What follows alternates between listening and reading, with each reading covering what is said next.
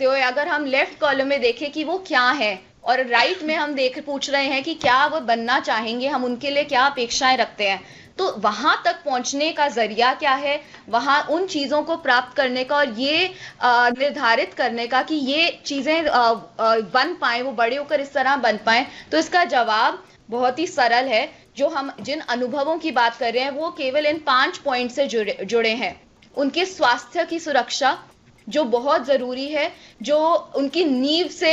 से जुड़ी है। बच्चा स्वस्थ होगा, उसको पौष्टिक आहार मिलेगा, सही टाइम पे पोषण मिलेगा, बीमारियों से रक्षा मिलेगी, सही टाइम पे वैक्सीनेशन टीकाकरण होगा, तो वो स्वस्थ होगा। तो स्वास्थ्य बहुत जरूरी है।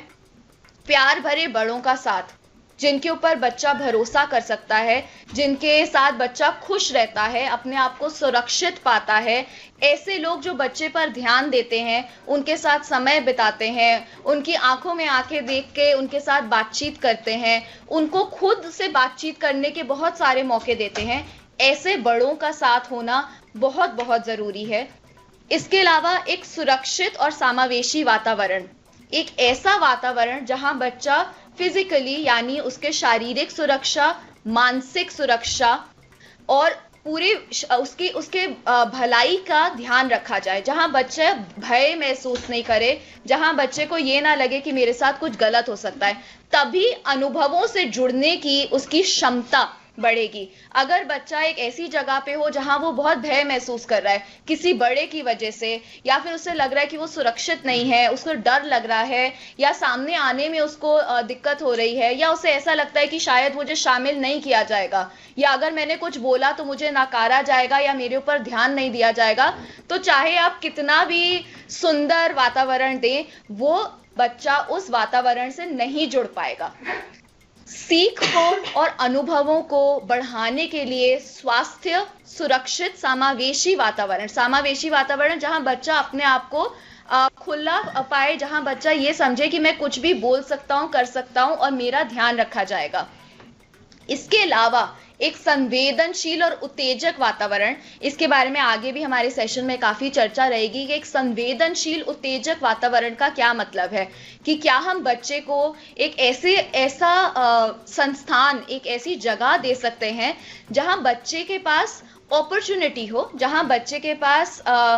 अनुभव करने की उसकी जो आसपास चीजें हैं वो ऐसी हो कि वो अनुभवों से जुड़ने के लिए प्रेरित महसूस करे। वो होगा एक संवेदनशील और एक उत्तेजक वातावरण।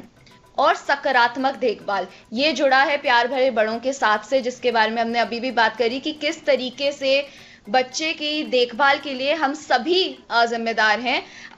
चाहे वो परिवार वाले हों, सिर्फ माता पिता ही नहीं बल्कि परिवार में सभी लोग, कुटुंब में सभी लोग, आंगनवाड़ी कार्यकर्ता, वे सभी लोग जो बच्चे के इमीडिएट यानी बिल्कुल आसपास हैं, उनका बच्चों पर प्रभाव पड़ता है और बहुत अनेक तरीकों से प्रभाव पड़ता है। और ये समझना बहुत जरूरी है कि ऐसा नहीं है कि सिर्फ घर पे जो हो रहा है वो उसका प्रभाव बच्चे पर पड़ेगा, या सिर्फ माता पिता का प्रभाव बच्चे पे पड़ेगा।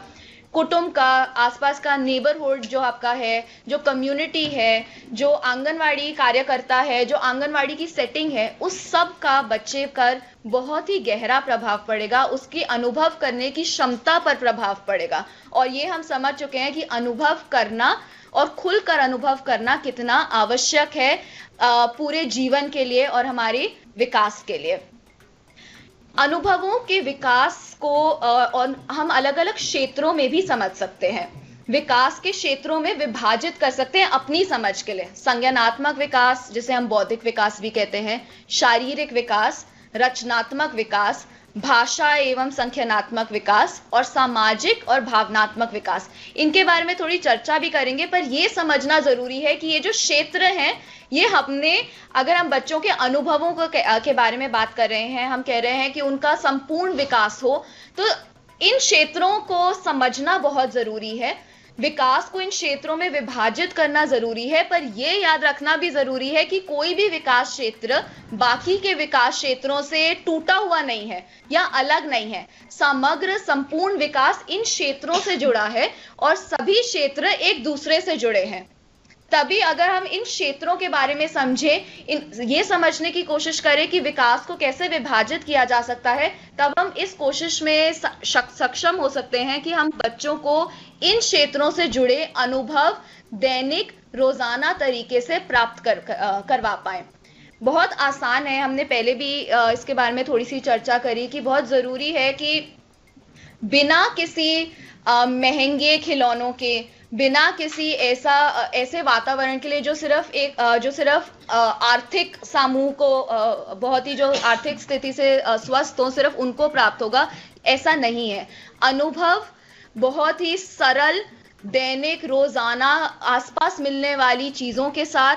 माता पिता और अन्य देखभालकर्ताओं के साथ, उनसे जिस कामों में वो लीन है उनके साथ ही उनमें शामिल होने से भी करे जा सकते हैं, और ऐसे अनुभव ज्यादा मजबूत होते हैं, ज्यादा सीखने में मदद करते हैं। अनुभव का सिंपल और सरल मतलब सिर्फ यही हुआ कि बच्चे अपनी सारी इंद्रियों के साथ, अपनी पांचों इंद्रियों के साथ किसी एक्सपीरियंस में शामिल है, जुड़े हुए हैं, लीन है उसके अंदर, और उस तरीके से जो उनको ज्ञान मिलेगा वो बहुत ही बहुमूल्य होगा। रचनात्मक सौंदर्य या सौंदर्यनात्मक विकास का मतलब हुआ क्रिएटिविटी से, कल्पना से। आसान खेल जैसे रंगोली बनाना, फर्श पे कुछ बनाना, गीली मिट्टी से कुछ बनाना, चित्रकारी करना, कल्पशिला करना, अपनी पसंद से कुछ बनाना, किसी भी चीज को अपने ढंग से देखने की क्षमता का मतलब हुआ रचनात्मक विकास। इस रचनात्मक विकास के लिए बहुत जरूरी है एक सुरक्षित वातावरण, और एक ऐसा वातावरण जहां देखभालकर्ता उन्हें खुल के सोचने, चीजों का इस्तेमाल करने के लिए इंकरेज करे, के लिए उनको प्रोत्साहित करे। अक्सर ऐसा होता है कि हम पहले ही बचपन से ही बच्चों को एक दिशा दिखा देते हैं कि आकाश का रंग तो नीला ही होना चाहिए, कलरिंग तो लाइन के अंदर ही होनी चाहिए, बाल तो काले ही होते हैं, पीले रंग के नहीं होते हैं, या फिर सितारों का रंग तो सफेद या सिल्वर ही होता है। कहीं ना कहीं हम उनकी जो कल्पना है, सोच पाने की जो क्षमता है, उसको एक डिब्बे में बंद कर देते हैं, जाने अनजाने में। बट सबसे जरूरी रचनात्मक विकास के लिए ये है कि हम उनको प्रोत्साहित करें, उनको चीजों को अपने ढंग से देखने के लिए मोटिवेट करें, और वही सबसे पहला कदम ही वही है कि उनको आजादी देना और उनको प्रोत्साहित करना, ताकि वो चीजों को अपने ढंग से, अपनी समझ से कर सके। और हमारा कार्य ये है कि ऐसा करते हुए हम उनकी सुरक्षा का ध्यान रखें और उनको ऐसा वातावरण प्रदान करें।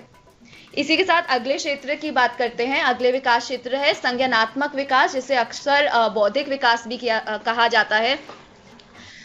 चीजों को समझना, परखना अपनी इंद्रियों के जरिए, बच्चे के लिए, छोटे बच्चे के लिए उनकी 5 इंद्रियां दुनिया के बारे में समझ बढ़ाने के लिए सबसे ज्यादा जरूरी है। इन 5 इंद्रियों का विकास, किसी चीज को सिर्फ छू कर पता लगाना कि वो क्या है, या सुनकर आवाज पहचानना, या चख कर खाने का नाम बता पाना, तो बौद्धिक विकास जुड़ा है 5 इंद्रियों के विकास से। इसके अलावा इसमें अन्य और खेल जो देखने, समझने, परखने की क्षमता से जुड़े हैं, चीजों को छांटी करना, उनकी समानताओं, उनकी भिन्नताओं के हिसाब से विभाजित करना, चीजों को छोटे से बड़े या बड़े से